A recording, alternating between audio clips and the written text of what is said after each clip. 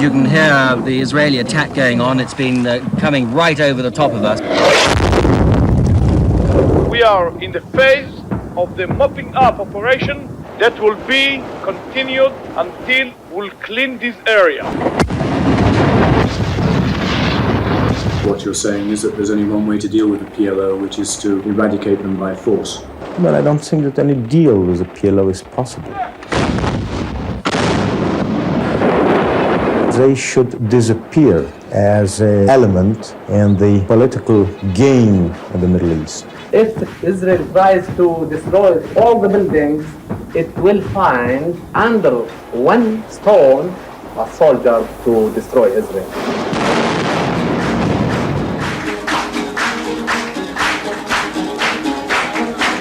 نصبر للمنارة من الحمرة للشياع لتحت سلاح سلاح سلاح سلاح سلاح.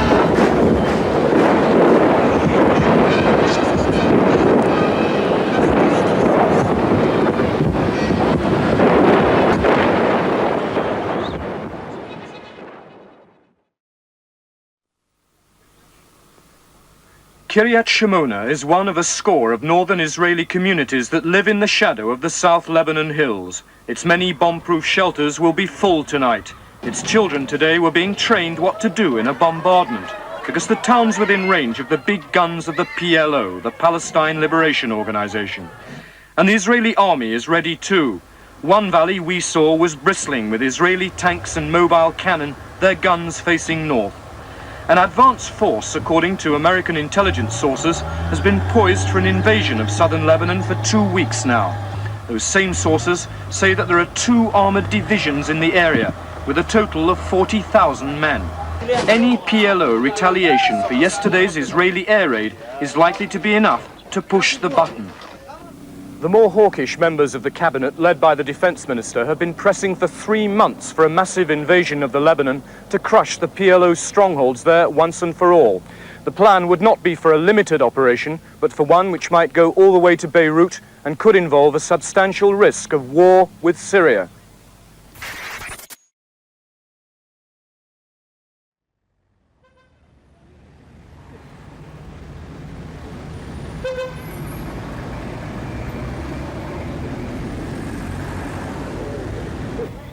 The gunman had his weapon set on single shot when he stepped out of the late-night crowds on London's Park Lane and fired deliberately into the ambassador's head. Had it been on automatic, say police, there could have been something closely resembling a massacre. But within seconds, men of the Diplomatic Protection Squad chased, shot and wounded the gunman only a few yards away from where the ambassador lay. Hit in the head, the gunman was rushed by ambulance to the same hospital to which his victim had been taken. At that time, it wasn't clear how many men were involved, as Mr. Gilbert Kelland, who was at the dinner with the ambassador, said. Early this morning, police constables Ian Richard on the right and Clive Blake halted a car south of the River Thames, detaining 2 men and taking possession of at least 1 weapon. Later today, a 4th man was detained and more arms found in the Weybridge area of Surrey.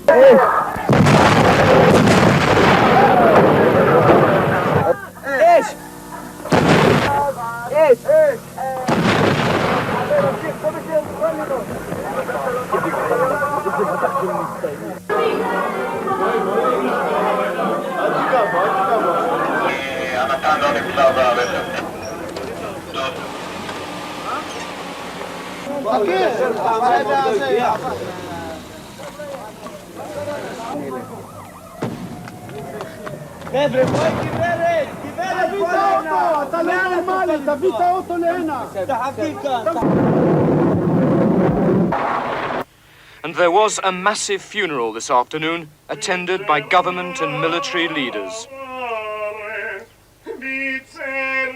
They were burying General Yakutiel Adam, a former second-in-command of the army. He was killed yesterday in a PLO ambush. The defense minister made it clear that operations against Palestinian guerrillas inside the captured territory will go on. We are in the phase of the mopping up operation, cleaning operation. That is nothing to do with the ceasefire.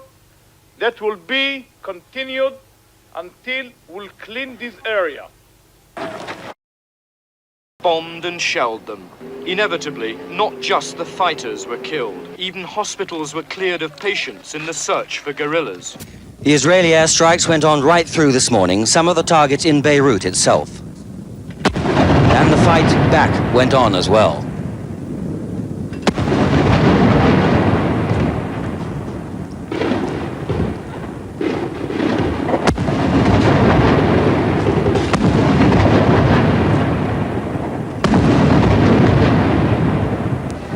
It was a very jittery morning, people straining their eyes into the bright sky, but the attacking jets high above were hard to see. It was jittery because the bombing has been getting closer and closer all week, with constant air attacks like this one yesterday evening just south of here, with the smoke of explosions billowed up around the hills around the PLO stronghold at Kaldi. It was here we were caught in a series of bombing runs and hurled ourselves into a trench with the PLO unit. The first bombs came almost immediately and very close.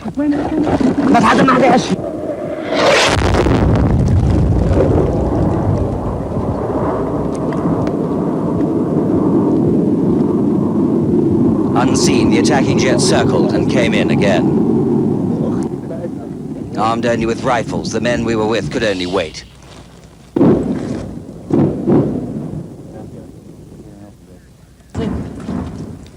Just in the background, you can hear the Israeli attack going on. It's been coming right over the top of us with the bombs exploding just outside this trench where we're crouched down with a unit of the army here. The Israelis have been attacking like this by air sporadically all day, on and off on these positions. Only about 5 or 10 minutes drive from the center of Beirut, and they're still up there. There's another strike gone in. It's just a little bit further away from us now. They seem to be moving down the coast a little bit, more towards the center of Haldi, which is only a short distance away from us.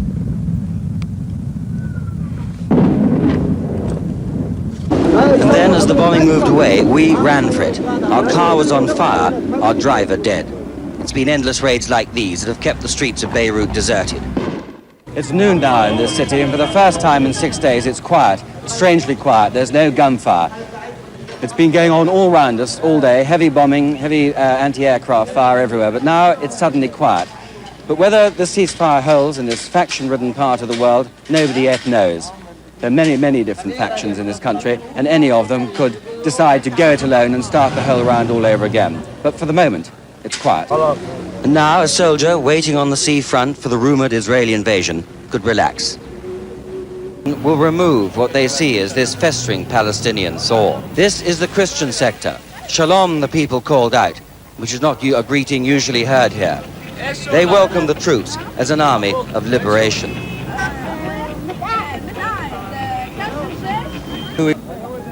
None of them gave us a hard time. You have many casualties? لا اعتقد نسبة لا بصدق It's all relative. For us, it's a lot. It's a lot for us. How many in your unit, do you know? I don't want to give numbers, but and my unit wasn't that badly hit. My unit was relatively been all right. The Palestinians in this capital city of Lebanon are now totally surrounded and cut off from the outside world. That's what these Israeli troops wanted, and that's what they've achieved here today. We don't know yet whether...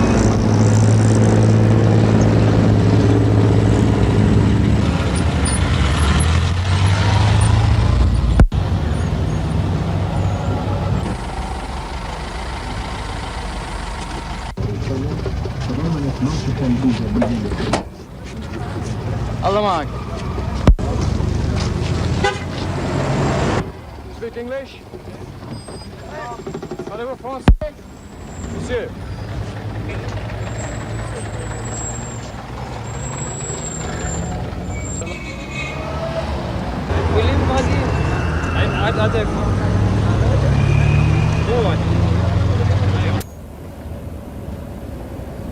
The Israelis have been moving more troops up to the outskirts of Beirut today and around the airport, sealing off the PLO in the west of the city. Since the fighting started 3 weeks ago, the Phantoms had bombed it in the morning.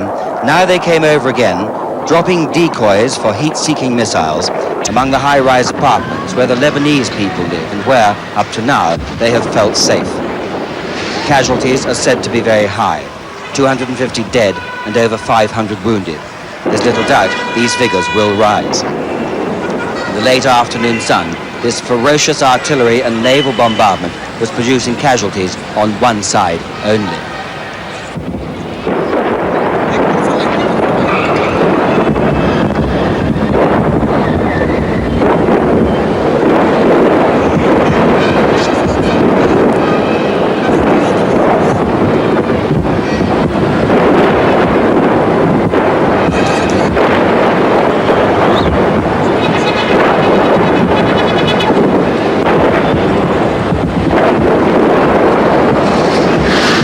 The devastation in the west of the city is appalling, as might only be expected in such a densely populated and built-up area.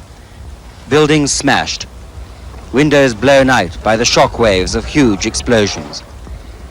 And in the streets, the desperate race by rescue teams to reach the wounded and the dying, to search for those buried under the rubble. The hospitals filling up as those who could be found were brought in. Not just the fighting men, but again, as might be expected in an area like this, the non-combatants. Close round the Israeli positions. Israeli casualties were rushed back by field ambulance to waiting helicopters. From there to hospital in Israel. At the Gaza hospital near the Palestinian camps in West Beirut, they have had their fair share of misery. So they decided to have a party in an attempt to cheer themselves up.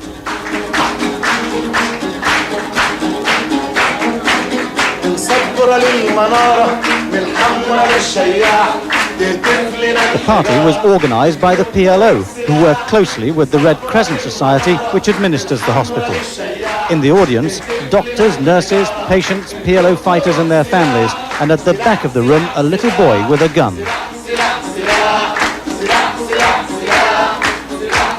The society's president, Fathi Arafat, Yasser Arafat's brother, joined in, dancing with a PLO guerrilla from abroad. There was a distinct element of propaganda about it, but it did brighten up the lives of a few. But somehow there is too much grief in Beirut for parties. It was as if they wanted desperately to enjoy themselves, but long since had forgotten how to do so.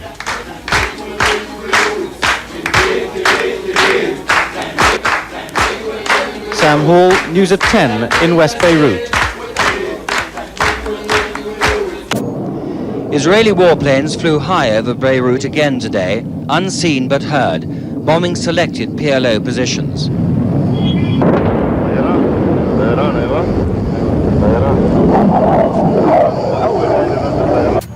All day the noise of battle has thundered along this coastal strip as tons of explosives were hurled north towards Beirut. Overhead, the Israeli warplanes on bombing runs, dropping anti-missile decoys. All this, the Israelis say, because the PLO broke the ceasefire, and also maybe because PLO leader Yasser Arafat has told his people to dig in and prepare even stronger defenses here. With a roar, the Katyushas are fired from multi-barreled rocket launchers. A strip of houses at El Uzai, where the PLO say they repulsed an attempted landing by the Israelis, came under fire from naval vessels lying offshore and out of sight. This was certainly the most intensive bombardment from the sea, the air and from artillery that this city has suffered so far in this 2-month-old war. At dawn, the Israelis attacked, pounding West Beirut from sea, land and air, wave after wave of fighter bombers. And this time we could see them dropping bombs of up to 1,000 pounds. The target, yet again, the ammunition dumps of the PLO in the southern suburbs of the city. It was the longest, the most concentrated, quite simply the most furious bombardment so far. 14 hours of constant shelling. And this time the Israeli army was coming in behind the Air Force. Out beyond the high rises of the city centre. By now, certainly it was ominous for the Palestinians that even in mid-afternoon, after hours of this, the Israelis were coming in overhead with impunity, showing scant regard for anti-aircraft fire. All in all, the strongest reminder yet, if the PLO and the people of West Beirut needed any, that Israeli patience with negotiations is exhausted. Tonight there is a ceasefire and the city is quiet, but the hope of peace looks very thin indeed. David Smith, ITN, inside West Beirut. As yet another countdown to the withdrawal of PLO fighters from Lebanon begins this weekend, Israel's policy could not be clearer. Only relentless military pressure with all its savage destruction and death will, in Mr. Begin's view, drive the PLO out. Israel's aim is to ensure that the PLO's military infrastructure is eliminated. The PLO's front line is a maze of trenches and tunnels. For thousands of men, a way of life underground. Survival depending on a combination of alertness and silence. They know they don't have the military hardware to hold off the Israelis. Their only advantage is a well-fortified position. Once every 2 days, the men come out of the front line. A chance to rest about 200 yards back towards town. Water, even soap, may be running short in West Beirut, but it isn't here. Supply lines to meet almost every need are working. More importantly, we found a strong sense of discipline among these men, even among the youngest, boys of just 16 and 17. A discipline that had every one of them telling us that they will leave West Beirut if their leader, Yasser Arafat, tells them to do so. But no matter what happens, they firmly believe their cause will never die. If Israel tries to destroy all the buildings, it will find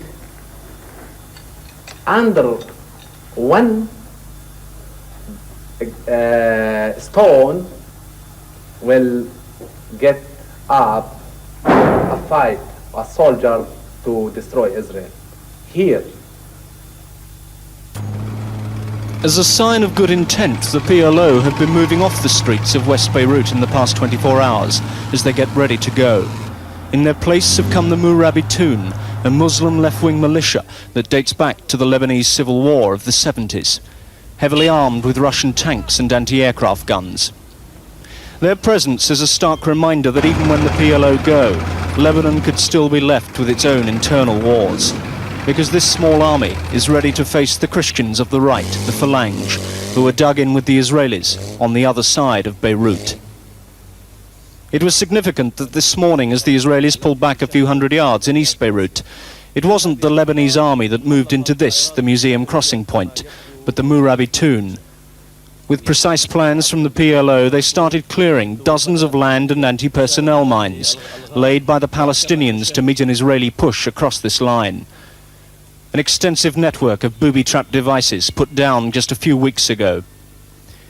And when they'd finished that, they brought in bulldozers to remove the sandbags from the bunkers and dugouts of the PLO. The clearest sign yet that this war is all but over, that the Palestinians are going, and soon. But a sign too that they'll be replaced on the front line by another fighting force, with an enemy just a few hundred yards away across a city that even with the PLO out, could still be as divided as ever. David Smith, News at 10, in West Beirut. The French had arrived at first light, 350 paratroopers, many from the Foreign Legion, here to stand between the Israelis and the PLO until this evacuation is over. They found the Israelis waiting for them on the quayside, where they'd been told the Lebanese army would be. An inauspicious start for the multinational force as they unloaded men, trucks, supplies and weapons. The French commanders presented their plan to the Israelis. Apparently the Lebanese had been rather nervous about the idea of moving the Israelis out themselves. Eventually the Lebanese turned up to get a ticking off from the French, who wanted the Israelis out right away. So the Israelis, who took this port area a few weeks ago after some of the heaviest fighting in this war, finally pulled back to allow the French to take over. By mid-morning the paratroopers were moving into position to seal off the port for the evacuation, taking up the very bunkers the Israelis had held. In the centre of West Beirut, the first evacuees had been gathering in a football stadium from early morning. The PLO had been under pressure to show good intent by sending some of their fighters today, and not just the wounded, as originally planned. They obliged by having a battalion of about 400 move out, all of them in full battle dress, carrying personal weapons, including rocket-propelled grenades, which the Israelis say the agreement does not allow them to take. Goodbyes between those leaving and those staying here until next week, when the bulk of the Palestinians will go.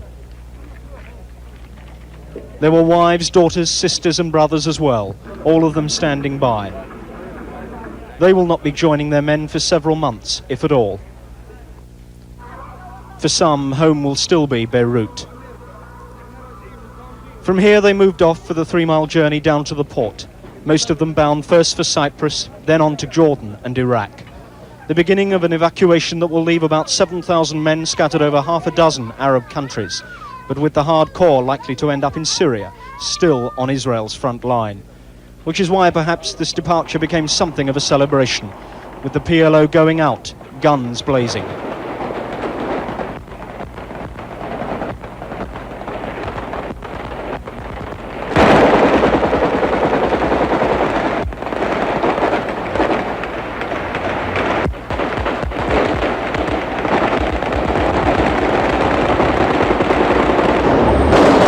Kept it up every step of the way down to the harbour.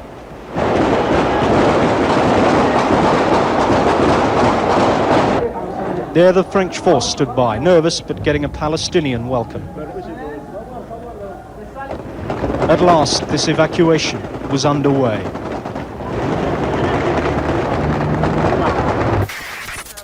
If this was a sad day for Yasser Arafat, he wasn't going to let it show. Before leaving, he went to say his farewells to his most valued friends, and the people of West Beirut came to say goodbye to him. The first call was on Walid Jumblat, the leader of the left-wing Muslims in Beirut who've supported him since he brought the PLO headquarters to the city in 1970. Mr. Arafat declared that the siege of Beirut had brought about a new dawn on the Arab scene and a united resistance against the Israelis. There was another enthusiastic reception at the office of the Lebanese Prime Minister, Shafiq al-Wazan, who played a key part in the ceasefire and evacuation negotiations. At the port, the PLO had prepared a guard of honour and short ceremony to see their chairman off.